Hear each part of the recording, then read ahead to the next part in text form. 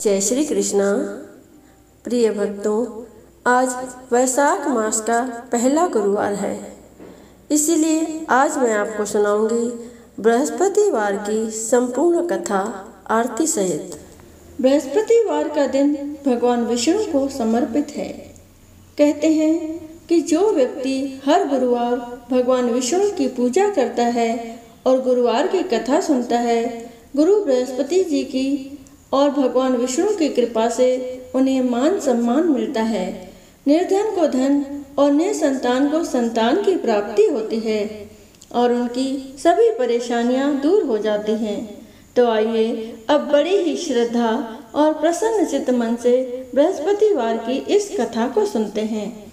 कथा को पूरा अवश्य सुने। कथा को आधा अधूरा सुनने की गलती बिल्कुल भी न करें। तो सभी प्रेम से कहिए, गौरी पुत्र गणेश भगवान की जय। बोलिए लक्ष्मी नारायण भगवान की जय। बोलिए बृहस्पति देव की जय। अब सुनिए कथा। प्राचीन समय की बात है। भारतवर्ष में एक राजा राज्य करता था। वह बड़ा प्रतापी और दानी था। वह नित्य गरीबों और ब्राह्मणों की सेवा सहायता करता था। वह प्रतिदिन मंदिर में भगवान दर्शन को जाता था, लेकिन यह बात उसकी रानी को अच्छी नहीं लगती थी। वह न तो पूजन करती थी और न ही दान करने में उसका मन लगता था। एक दिन राजा शिकार खेलने वन को गए हुए थे, तो रानी और दासी महल में अकेली थी।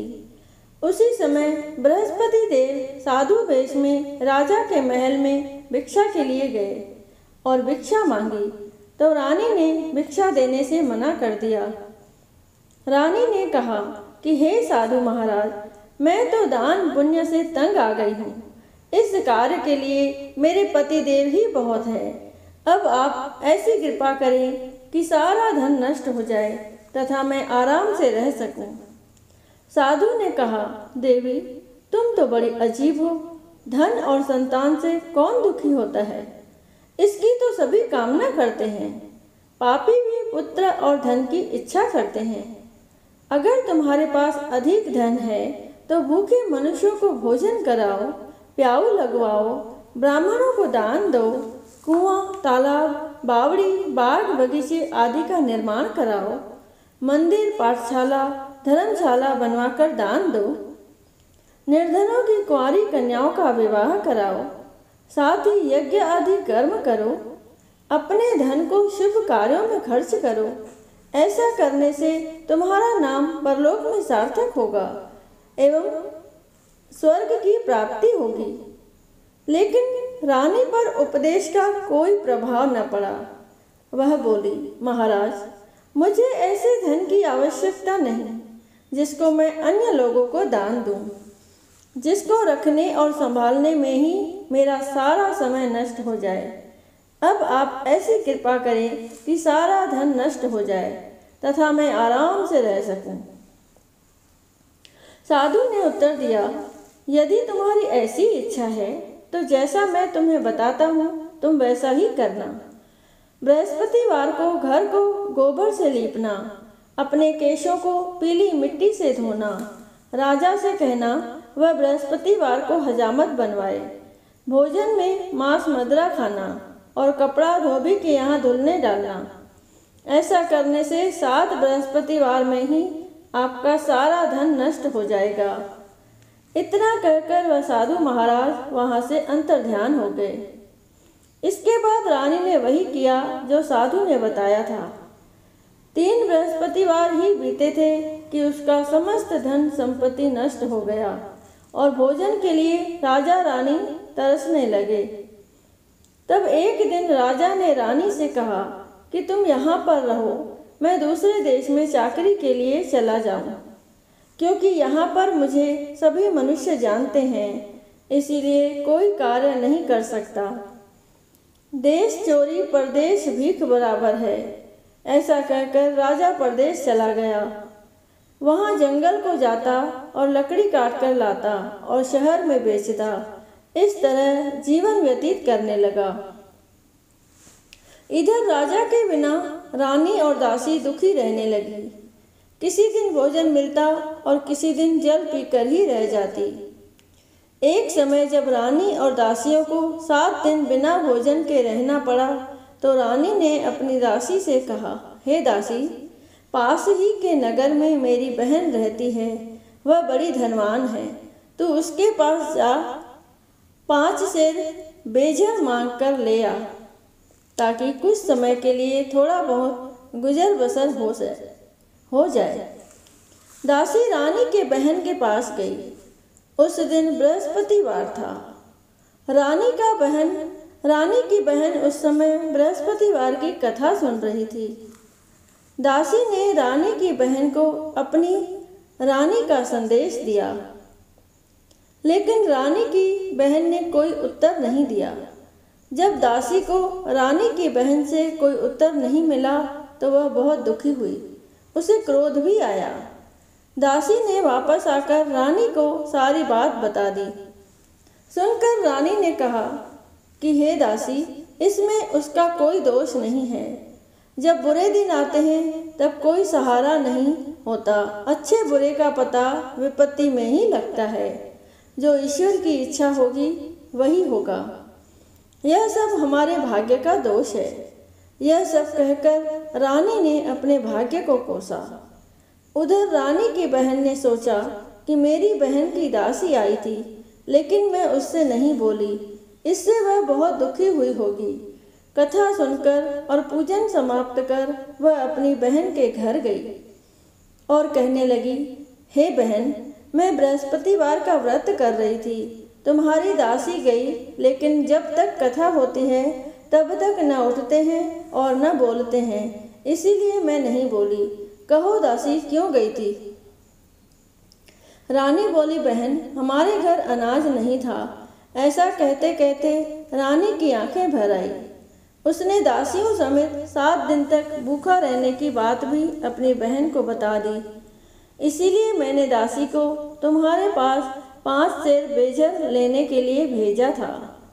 रानी की बहन बोली, बहन देखो, बृहस्पति देव सबकी मनोकामना पूर्ण करते हैं। देखो, शायद तुम्हारे घर में अनाज रखा हो। पहले तो रानी को विश्वास नहीं हुआ, परंतु बहन के आग्रह करने पर उसने दासी को अंदर भेजा। दासी घर के अंदर गई तो वहाँ पर उसे एक घड़ा बेझर से भरा मिल गया। उसे बड़ी हैरानी हुई। उसने बाहर आकर रानी को बताया। दासी रानी से कहने लगी, हे रानी, जब हमको भोजन नहीं मिलता तो हम व्रत ही तो करते हैं, इसीलिए क्यों न इनसे व्रत और कथा की विधि पूछ ली जाए। हम भी व्रत किया करेंगे। दासी के कहने पर रानी ने अपनी बहन से बृहस्पतिवार व्रत के बारे में पूछा। उसकी बहन ने बताया, बृहस्पतिवार के व्रत में चने की दाल, गुड़ और मुनक्का से विष्णु भगवान का केले के वृक्ष की जड़ में पूजन करें तथा दीपक जलाएं और कथा सुनें। उस दिन एक ही समय भोजन करें। भोजन में पीले खाद्य पदार्थ का सेवन जरूर करें, इससे गुरु भगवान प्रसन्न होते हैं। अन्न, पुत्र और धन का वरदान देते हैं, साथ ही सभी मनोकामनाएं पूर्ण करते हैं। व्रत और पूजन की विधि बताकर रानी की बहन अपने घर लौट गई। रानी और दासी दोनों ने निश्चय किया कि बृहस्पति देव भगवान का पूजन जरूर करेंगे। 7 रोज बाद जब बृहस्पतिवार आया तो उन्होंने व्रत रखा। घुड़साल में जाकर चना और गुड़ बीन लाई तथा उसकी दाल से केले की जड़ तथा विष्णु भगवान का पूजन किया। अब पीला भोजन कहाँ से आए? दोनों बड़ी दुखी हुई, परंतु उन्होंने व्रत किया था, इसीलिए बृहस्पति देव भगवान प्रसन्न थे। एक साधारण व्यक्ति के रूप में वे 2 थालों में पीला भोजन लेकर आए और दासी को देकर बोले, हे दासी, यह भोजन तुम्हारे और तुम्हारी रानी के लिए है, इसे तुम दोनों ग्रहण करना। दासी भोजन पाकर बहुत प्रसन्न हुई। उसने रानी से कहा, चलो रानी जी, भोजन कर लो। परंतु रानी को भोजन आने के बारे में कुछ भी नहीं पता था। इसीलिए उसने कहा कि जा तू ही भोजन कर, क्योंकि तू व्यर्थ में हमारी हंसी उड़ाती है। तब दासी ने कहा, एक व्यक्ति भोजन दे गया है। तब रानी ने कहा, वह व्यक्ति तेरे लिए ही भोजन दे गया है, तू ही भोजन कर। तब दासी ने कहा, वह व्यक्ति हम दोनों के लिए 2 थालों में सुंदर पीला भोजन दे गया है, इसीलिए मैं और आप दोनों ही साथ साथ भोजन करेंगे। यह सुनकर रानी बहुत प्रसन्न हुई और दोनों ने गुरु भगवान को नमस्कार कर भोजन किया। उसके बाद से ये प्रत्येक बृहस्पतिवार को गुरु भगवान का व्रत और पूजन करने लगी। बृहस्पति भगवान की कृपा से उनके पास धन हो गया, लेकिन रानी फिर पहले की तरह आलस्य करने लगी। तब दासी बोली, देखो रानी, तुम पहले भी इस प्रकार आलस्य करती थी, तुम्हें धन के रखने में कष्ट होता था, इस कारण सभी धन नष्ट हो गया। अब गुरु भगवान की कृपा से धन मिला है तो फिर तुम्हें आलस्य होता है। बड़ी मुसीबतों के बाद हमने यह धन पाया है, इसीलिए हमें दान पुण्य करना चाहिए। अब तुम भूखे मनुष्यों को भोजन कराओ, प्याऊ लगवाओ, ब्राह्मणों को दान दो, कुआं, तालाब, बावड़ी और बाग बगीचे आदि का निर्माण कराओ, मंदिर, पाठशाला और धर्मशाला बनवाकर दान दो, निर्धनों की कुंवारी कन्याओं का विवाह कराओ, साथ ही यज्ञ आदि कर्म करो और अपने धन को शुभ कार्यों में खर्च करो, जिससे तुम्हारे कुल का यश बढ़े और स्वर्ग प्राप्त हो और पितर प्रसन्न हो। दासी की बात मानकर रानी शुभ कर्म करने लगी, उसका यश फैलने लगा। एक दिन रानी और दासी आपस में विचार करने लगी कि न जाने राजा किस दिशा में होंगे, न जाने राजा किस दशा में होंगे, उनकी कोई खोज खबर भी नहीं है। उन्होंने श्रद्धापूर्वक बृहस्पति भगवान से प्रार्थना की कि राजा जहाँ कहीं भी हो शीघ्र वापस आ जाए। उसी रात्रि को बृहस्पति देव ने राजा को स्वप्न में कहा कि हे राजा, उठ, तेरी रानी तुझको याद करती है, अपने देश को लौट जा। राजा प्रातःकाल उठा और जंगल से लकड़ी काटने के लिए जंगल की ओर चल पड़ा। जंगल से गुजरते हुए विचार करने लगा कि रानी की गलती से उसे कितने दुख भोगने पड़े। राजपाट छोड़कर जंगल में आकर रहना पड़ा। जंगल से लकड़ी काटकर शहर में बेचकर गुजारा करना पड़ा और अपनी दशा को याद करके व्याकुल होने लगा। उसी समय राजा के पास बृहस्पति देव साधु के वेश में आकर बोले, हे लकड़हारे, तुम इस सुनसान जंगल में किस चिंता में बैठे हो, मुझे बतलाओ। यह सुन राजा के नेत्रों में जल भर आया। साधु की वंदना कर राजा ने अपनी संपूर्ण कहानी सुना दी। महात्मा दयालु होते हैं। वे राजा से बोले, हे राजा, तुम्हारी पत्नी ने बृहस्पति देव के प्रति अपराध किया था, जिसके कारण तुम्हारी यह दशा हुई। अब तुम चिंता मत करो, भगवान तुम्हें पहले से अधिक धन देंगे। देखो, तुम्हारी पत्नी ने बृहस्पतिवार का व्रत शुरू कर दिया है। अब तुम भी बृहस्पतिवार के व्रत में चने की दाल, गुड़ और मुनक्का से विष्णु भगवान का केले के वृक्ष की जड़ में पूजन करो तथा दीपक जलाकर कथा सुनो। उस दिन एक ही समय भोजन करना, लेकिन भोजन में पीले खाद्य पदार्थ का सेवन जरूर करना। भगवान तुम्हारी सब मनोकामनाओं को पूर्ण करेंगे।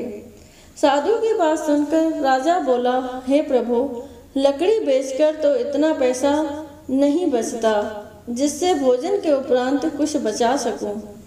मैंने रात्रि में अपनी रानी को व्याकुल देखा है। मेरे पास कोई साधन नहीं जिससे उसका समाचार जान सकूं। फिर मैं कौन सी कहानी कहूँ, यह भी मुझको मालूम नहीं है। साधु ने कहा, हे राजा, मन में बृहस्पति भगवान के पूजन व्रत का निश्चय करो, वे स्वयं तुम्हारे लिए कोई राह बना देंगे। बृहस्पतिवार के दिन तुम रोजाना की तरह लकड़ियां लेकर शहर में जाना। तुम्हें रोज से दोगुना धन मिलेगा, जिससे तुम भली भांति भोजन कर लोगे तथा बृहस्पति देव की पूजा का सामान भी आ जाएगा। राजा ने ऐसा ही किया और उसको मनवांछित फल की प्राप्ति हो गई। इस प्रकार जो भी यह कथा पढ़ता या सुनता है, उसके सभी मनोरथ पूरे होते हैं। बोलिए बृहस्पति देव की जय। बोलिए लक्ष्मी नारायण भगवान की जय। आइए सभी मिलके बृहस्पति देव की आरती करें। जय बृहस्पति देवा ओम जय बृहस्पति देवा। शन शन भोग लगाऊं, शन शन भोग लगाऊं, कदली फल मेवा। ओम जय बृहस्पति देवा।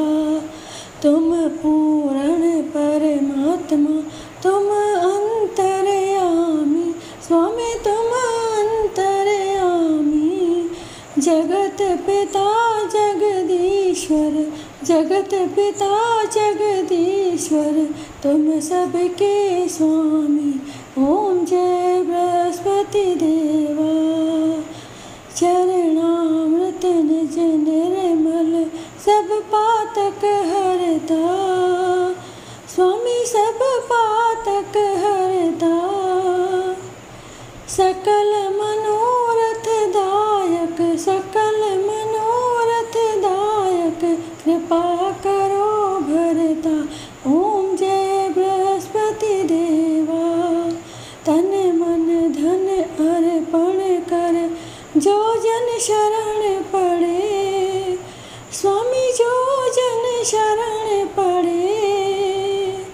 प्रभु प्रकट तब होकर, प्रभु प्रकट तब होकर, आकर द्वार खड़े। ओम जय बृहस्पति देवा। दीन दयाल दयानिधि, भक्तन हितकारी, स्वामी भक्तन हितकारी। पाप दोष सब हरता, पाप दोष सब हरता, भव बंधन हारी। ओम जय बृहस्पति देवा। सकल मनोरथ दायक, सब संशय हारो, स्वामी सब संशय हारो। विषय विकार मिटाओ, विषय विकार मिटाओ, संतन सुखकारी। ओम जय बृहस्पति देवा। जो कोई आरती तेरी प्रेम सहित गावे, स्वामी प्रेम सहित गावे। जेठ आनंद आनंद कर, सो निश्चय पावे। ओम जय बृहस्पति देवा। ओम जय बृहस्पति देवा, स्वामी ओम जय बृहस्पति देवा। शन शन भोग लगाऊं, शन शन भोग लगाऊं, कदली फल मेवा। ओम जय बृहस्पति देवा। सभी बोलो विष्णु भगवान की जय। बोलो बृहस्पति देव भगवान की जय।